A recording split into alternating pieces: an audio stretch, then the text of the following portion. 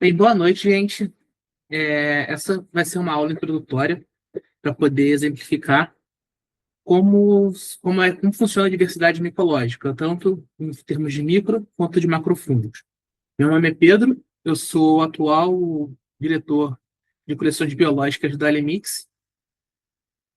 Então, vamos começar. Começar, eu sempre gosto de botar com essa brincadeirinha que é micoquém. Muitas pessoas não sabem, quando perguntam sobre o que é micologia, o que é um mico, as pessoas costumam achar que são esses animaizinhos, os saguizinhos, só que na real não. O mico, ele vem do grego, e ele significa cogumelo. A micologia, enquanto uma área de estudo, ela surgiu na década de 70, e a palavra ela se tem na junção das palavras gregas de micos, que, como eu falei, significa cogumelo, e da palavra logia, que significa estudo. Então, a micologia é o estudo dos cogumelos, e os micos, como eu falei, são os cogumelos e fungos de uma forma geral. Na época, só se identificava como fungo os cogumelos. Então, a palavra servia só para isso. Hoje em dia, a gente já sabe que é um reino independente e que abrange tanto os macrofungos, que seriam os cogumelos, quanto os microfungos, que a gente vai ver na sequência. Então, quem são eles? Os fungos, eles estão dentro de um reino próprio, que é o reino fungo. E para poder categorizar um fungo, basicamente ele é um ser que é autotrófico, pluricelular, ou, no caso específico das leveduras, unicelular. E sua reprodução normalmente é feita através dos poros, mas a gente vai ver mais para frente nas próximas aulas que ela pode ter umas outras formas de reprodução assexuada que não envolvem os esporos em si. E aonde que os fungos são encontrados? Eles são extremamente cosmopolitas. Você vai encontrar fungos tanto no solo, quanto na água, quanto dentro das plantas, ou vivendo associado às raízes das plantas, quanto no ar, que é uma das principais formas de reprodução deles, é através do ar, ou até mesmo dentro de diversos tipos de espécies de animais, seja convivendo de forma simbionte ou mutualística, ou, em alguns casos, como parasitas, uma forma de patógeno. Basicamente, na natureza, eles têm diversos papéis que eles desempenham.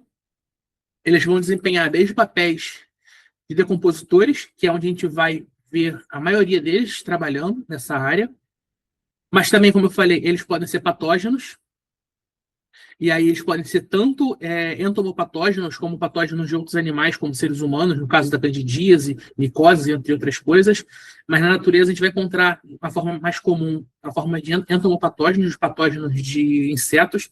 Nesse caso aqui é um dos fungos da nossa coleção, que é o Cordyceps tenuipes, que foi encontrado na Floresta da Tijuca parasitando uma pupa de vespa. Ou como fitopatógenos. Aí eu trouxe aqui um exemplo, que é um fungo que eu sou apaixonado, é o Stylogo maíris, que é o Stylogo miceto, que é um fungo que ele causa esse tipo que a gente chama de carvão do milho. E, por sinal, para a gente também é considerado como uma funky, que é um fungo alimentício. Mas para o milho ele causa esse tumor aqui nas sementes do milho, que é o que a gente acaba comendo também, que é bem saboroso. E também a outra forma que a gente vai encontrar ele na natureza é como mutualistas. E aí a gente vai encontrar em diversas formas, mas uma das principais formas que a gente vai encontrar é na associação com as raízes de plantas, fazendo o que a gente chama de micorizas. São estruturas que servem como se fosse uma extensão das raízes das plantas, que vão conectar as plantas entre elas, e vai fazer como se fosse uma rede de internet conectando todas as plantas próximas. E essas redes podem se espalhar por metros até quilômetros. Então, é uma das formas, aqui como exemplo, eu trouxe a Manita muscaria, que é um fungo que trabalha de forma mutualista na natureza, fazendo associação com as raízes de pinheiros e outras coníferas. Então, o que importa para a gente é como que a gente faz para identificar um macrofungo ou um microfungo. Basicamente, a gente tem duas formas principais, que é olhando as estruturas reprodutivas ou através do molecular. As estruturas reprodutivas é uma forma principal para a gente poder bater o olho e falar, tal fungo é dentro desse gênero, pelo menos. É claro que algumas espécies elas são muito difíceis de você desassociar, então você acha que gênero a gente consegue chegar, às vezes, com certeza, só olhando, mas na maior parte das vezes a gente tende a acabar indo para o DNA e para a molecular, de uma forma geral, para poder conseguir chegar numa identificação mais precisa, mais acertada. Alguns são mais fáceis, outros são mais difíceis. Então, vai ser essas duas formas que a gente vai usar na prática do laboratório, na prática de campo, para poder fazer essas análises. Então, começando agora pelos microfungos. Os microfungos, como a definição já fala, eles são fungos que são 100% microscópicos. Às vezes a gente consegue ver a estrutura reprodutiva de uma forma macroscópica, mas não em detalhes. A gente consegue ver só uma penumbra do que ela seria. O corpo dele é formado por hifas, mas a diferenciação, vocês vão ver mais para frente, dos macrofungos é a forma de organização dessas hifas. Então, ele vai crescer na forma de raízes espalhadas, ou então, no caso das leveduras, em formas unicelulares, mas aí por brotamento. Uma das características mais clássicas deles é o crescimento rápido. A gente consegue ver uma multiplicação tanto em quantidade de indivíduos, no caso de leveduras, quanto no crescimento das hifas e na formação dos corpos de frutificação, que a gente vai ver como é que funciona um pouco mais para frente. E a outra característica é que eles são cosmopolitas. Como eles se reproduzem pelo ar, eles podem estar no mundo inteiro, porque eles têm uma facilidade muito grande de se espalhar. Inclusive, lá no laboratório nós temos uma cepa que ela foi encontrada num testemunho de gelo da Antártida de 20 mil anos. E essa mesma cepa ela é encontrada na América do Sul, na América do Norte, na Ásia, na Oceania. Então, você consegue ter uma perspectiva de como esses microfungos eles são extremamente especializados nessa questão de dispersão e de reprodução dele, que consegue levar ele para todos os lugares do globo. Como eu falei, a principal forma de reprodução deles é através da liberação de esporos, e cada espécie, cada gênero, vai ter uma forma de produzir esse corpo de frutificação.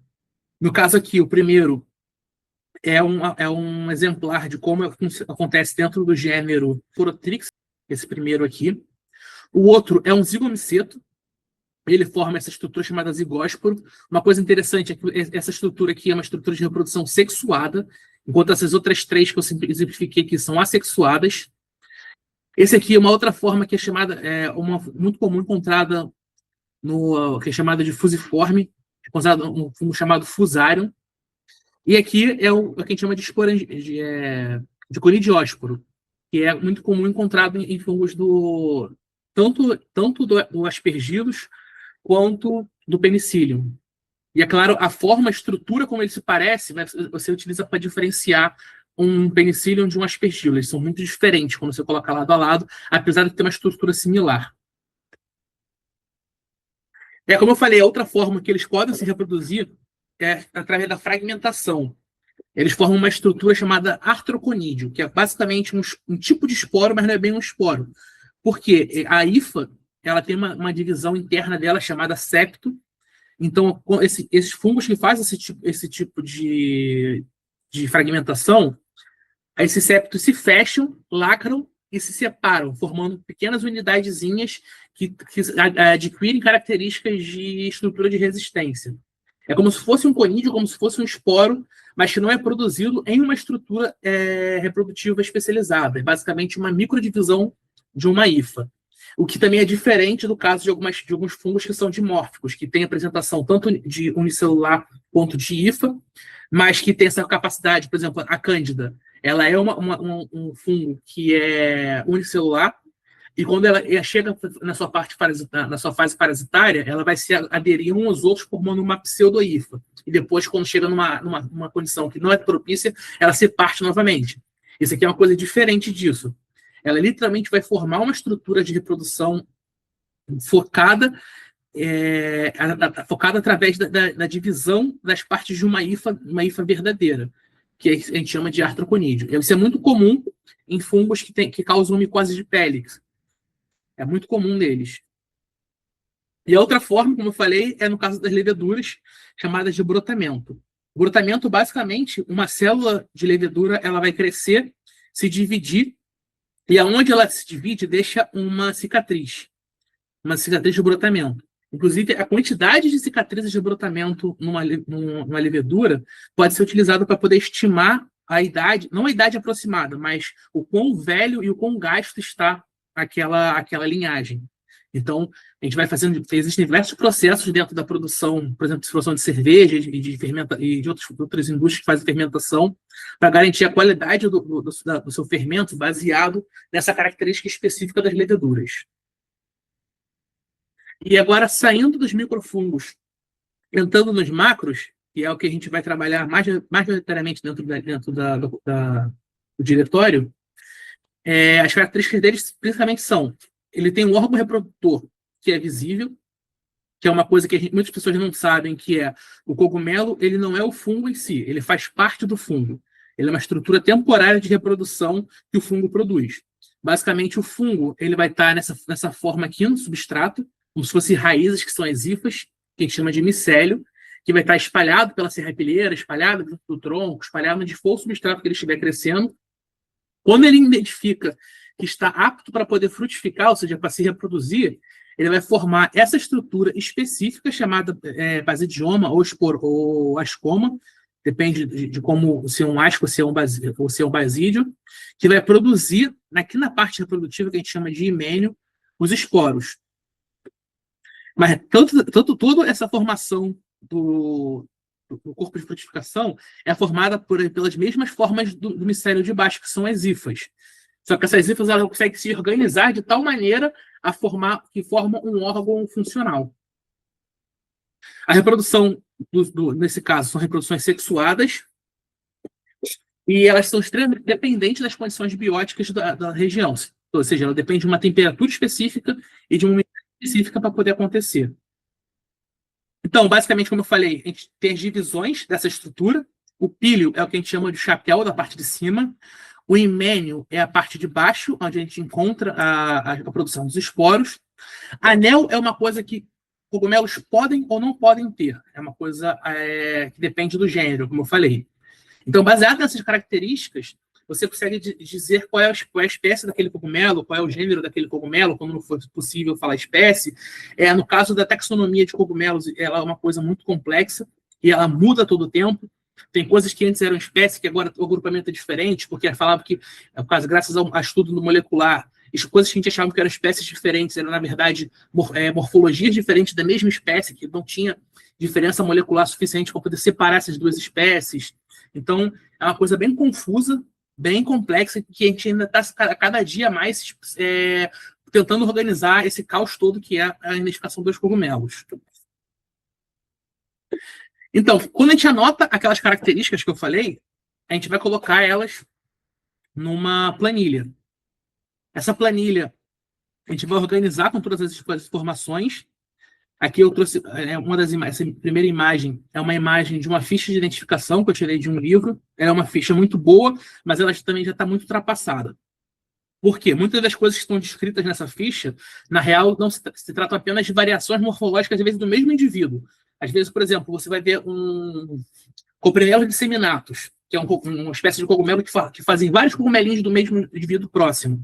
E aí você vai ver um com uma característica e o outro também com uma característica diferente, porque vai estar em tempos de abertura diferentes do chapéu ou coisas assim. Mas ainda assim é uma base muito boa que a gente utiliza em campo para poder fazer essa diferenciação e anotar essas características. Com essas características, a gente pode desde correr chave taxonômica, que é uma coisa que o taxonomista adora fazer, que é correr chave. Mas para cogumelos é um problema muito sério, porque as chaves taxonômicas elas são de uma coleta específica, de uma região específica, de um ano específico.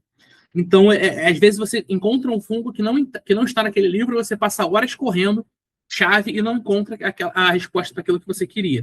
Então, na maioria das vezes, quando eu vou mostrar na próxima sessão de slides, a gente vai correr a outras ferramentas para poder agilizar o nosso trabalho, agilizar o nosso processo. E é isso, gente.